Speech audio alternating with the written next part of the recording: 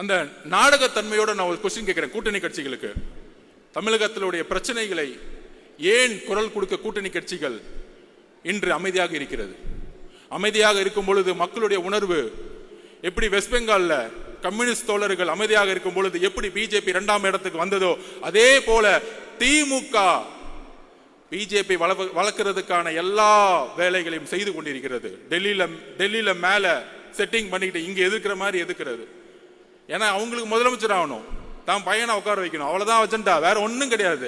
Delimitation meeting நடத்தினாங்களே, பாவம் முதலமைச்சர்கள்லாம் வந்துட்டாங்க. அண்ணா அக்கா வழிமொழிறாங்க, தம்பி பேசுறாரு, அப்பா பேசுறாரு. என்ன குடும்ப மீட்டிங்? பேசாம ஒரு பர்த்டே ஃபங்க்ஷன் வச்சிடலாமே. டீலிமிட்டேஷன் மீட்டிங்கா இல்ல பிறந்த நாள் விழாவா அது?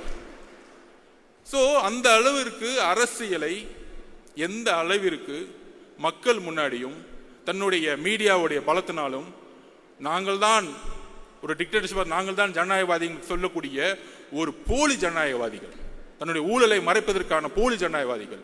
எப்படி நான் காங்கிரஸை பார்த்து கேட்டணும், ஏன் 2024 ராகுல் காந்தி அவர்களை பிரதம மந்திரியாக நீங்கள் முன்னிலைப்படுத்தவில்லை? தமிழக காங்கிரஸ் தொண்டர்கள் இதை யோசிக்க வேண்டும். மேல இருக்கிற 1-2 பேரை செட் பண்ணிட்டு அதுவல்ல காங்கிரஸ். தமிழக காங்கிரஸ் தொண்டர்களுடைய உணர்வு காமராஜ் ஆட்சியை உருவாக்க வேண்டும். இதை ஏன் செய்யவில்லை? காங்கிரஸ் தொண்டர்கள் இதை கேள்வி கேட்க வேண்டும். அதற்கு அப்புறம் நம்ம சிபிஐ சிபிஎம் கம்யூனிஸ்ட் தோழர்கள் என்ன ஒரு அடக்குமுறை. சாம்சங் தொழிலாளர்கள் போராட்டம், அண்ணா சவுந்தரராஜன் அரெஸ்ட் பண்றாங்க. யாரு? கூட்டணி கட்சியில் இருக்கக்கூடிய ஒரு தோழரை அரெஸ்ட் பண்றாங்க. டாஸ்மார்க்ல பூட்டு போடும்போது எஃப்ஐஆர் போடுறாங்க. ஆனா கேட்கறது இல்லை. அதுதான் சிபிஐ தோழர்களிடம் நான் கேட்கிறேன், கம்யூனிஸ்ட் தோழர்களிடம் கேட்கிறேன், ஏன் நீங்கள் குரல் கொடுக்க மாட்டேங்கிறீர்கள்? எதற்காக கேட்டா பிஜேபி வந்துடும். பிஜேபியை மக்கள் தொடை தெரிந்து விட்டார்கள். அதை நாம் நம்புவோம், அதை நாம் நம்புவோம். மக்களுக்கான உண்மையான அதிகாரத்தை உருவாக்கக்கூடிய அரசியலை உருவாக்குவோம். நாங்க ஏன் உங்களை விமர்சிக்க மாட்டேங்கிறோம்னா, நீங்க 40 வருஷமா மக்களுக்காக போராடி போராடி தியாகம் பண்ண தலைவர்கள் நாங்க வந்து உங்களுக்காக பேசிட்டு இருக்கோம். எங்களுடைய எதிர்ப்பு ஊழல்வாதிகளுக்காக. இதுக்காக கூட்டணிக்காக அர்ஜுன் பேசுறாரு. நோ, பிஜேபி உள்ள விடாம இருக்குன்னா விசிகே இருக்கணும், கம்யூனிஸ்ட் இருக்கணும், காங்கிரஸ் இருக்கணும். நாங்கள் உண்மையாக முழக்கமிடுகிறோம். அரஸ்ட் பண்ணிட்டு ஜனநாயகத்தை குரலை உடைச்சிட்டு அதுல அமைச்சரை மீட்டிங்ல அமைச்சர் பேசுறாரு. தஞ்சாவூர்ல தான் இருக்கிறார் இண்டஸ்ட்ரி, அவர் ஒரு பண்ணையாரு. 10 மணி நேரம் மீட்டிங் போகுது. மீடியால பேசுறது பாருங்க, எவ்வளவு பெரிய அவமானம் கூட்டணி கட்சிகளுக்கு. 10 மணி நேரம் மீட்டிங் பேசுறாரு. மீட்டிங் முடிச்சுட்டு வெளியே வந்தோடனே அந்த அமைச்சர் சொல்றாரு, நாங்க 10 மணி நேரம் பேசிட்டு இருக்கோம், இவங்க எதுக்காக வந்து பேசிட்டே இருக்காங்கன்னு தெரியல. டேய் அறிவு கட்டவங்களே, அவங்க என்ன கேட்கிறாங்க? தொழிற்சங்கம் உருவாக்க வேண்டும். ஏன் உருவாக்கணும்? தமிழகத்தில் 53% சர்வீஸ் இண்டஸ்ட்ரி சேவைத்துறை, 34% உற்பத்தி துறை, 13% வேளாண்மை துறை. 3 துறைகளும் லேபர்ஸ் டிபார்ட்மெண்டா மாறி இருக்கு. ஒட்டுமொத்தமாக தொழிலாளர்கள் நிறைந்த தமிழ்நாடாக இன்னைக்கு மாறி இருக்கு. அப்ப தொழிலாளர்களுக்கான சட்டத்தை யார் உருவாக்குவா? புதுசா பாண்டட் லேபர் சிஸ்டத்துல வந்து 3000 8000 சம்பளத்துக்கு நீங்க வேலைக்கு அனுப்புறது ஒரு பெரிய விஷயமா? அப்படியே பொருளாதாரத்தை உருவாக்க முடியும்? அப்ப கம்யூனிஸ்ட் தோழர்கள் போராடுறாங்க. இந்திய அரசியல் சாசனத்தோடைய உரிமை தொழிற்சங்கத்தை உருவாக்க வேண்டும். தலைவரிடம் கோரிக்கை வைக்கிறேன், இனி நாம் தொழிற்சங்கத்தை தமிழகம் முழுவதும் உருவாக்குவோம். உங்களுடைய பெயருக்காக, நம்மளுடைய கட்சிக்காக தொழிற்சங்கத்தை மிகப்பெரிய உருவாக்குவோம். அந்த தொழிலாளர்களுக்காக போராடக்கூடிய ஒரே இயக்கம் தமிழக வெற்றி கழகமாக மாறும் கூடிய விரைவில். நீங்கள் குரல் கொடுக்கவில்லை என்றால் தமிழக வெற்றி கழகம் இருக்கிறது. தோழர்களே, நாங்கள் உண்மையோடு உங்களோடு பயணிக்க கொள்கை அடிப்படையில் தேர்தல் அரசியல் கூட்டணி இதெல்லாம் தூக்கி போடுங்க. முதல்ல மக்களுடைய பிரச்சனையை பத்தி மெதுவா பேசிட்டே இருப்போம். தேர்தல் அரசியல் 2 மாசத்துக்கு முன்னாடி வச்சுக்கலாம். அந்த பிரச்சனையை பேசக்கூடிய தலைவரையும் மக்களையும் தான் மக்கள் தேர்ந்தெடுப்பார்கள்.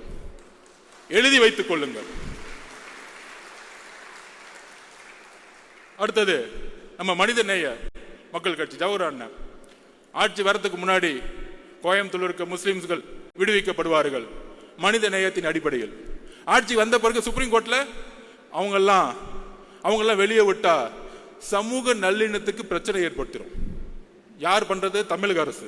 அதுக்கு அடுத்த வாரமே திமுக மேடையில் திமுக உறுதி கொடுத்த மாதிரி முஸ்லிம் தோழர்களை வெளியே அமைச்சிருவோம். என்ன ஒரு நடிப்பு, என்ன ஒரு முரண்! இந்த முரண்களை ஏன் இன்னும் கொஸ்டின் கேட்காம இருக்கிறோம்? நம்ம இந்த முரண்களை நம்ம கேள்வி எழுப்பணும்.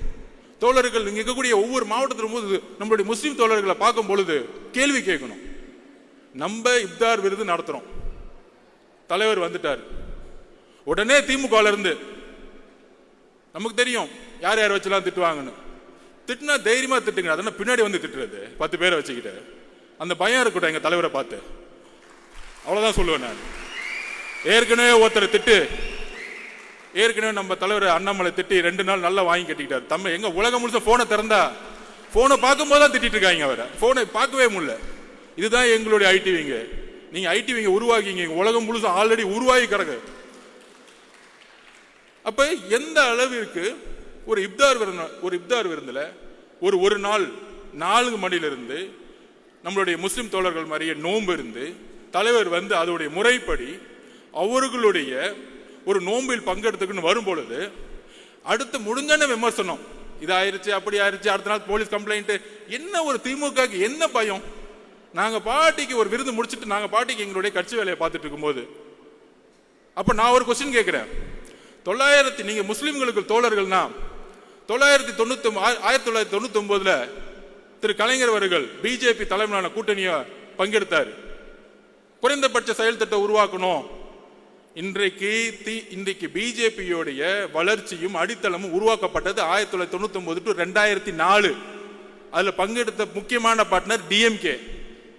நாங்க பேசலாமா உங்க அரசியல? அதுல அன்னைக்கு 2001 காலகட்டங்கள்ல முஸ்லிம் தோழர்கள் கோத்ரால வந்து மிகப்பெரிய இழப்பு இருக்கும் பொழுது ஏன் நீங்க ரிசைன் பண்ணல?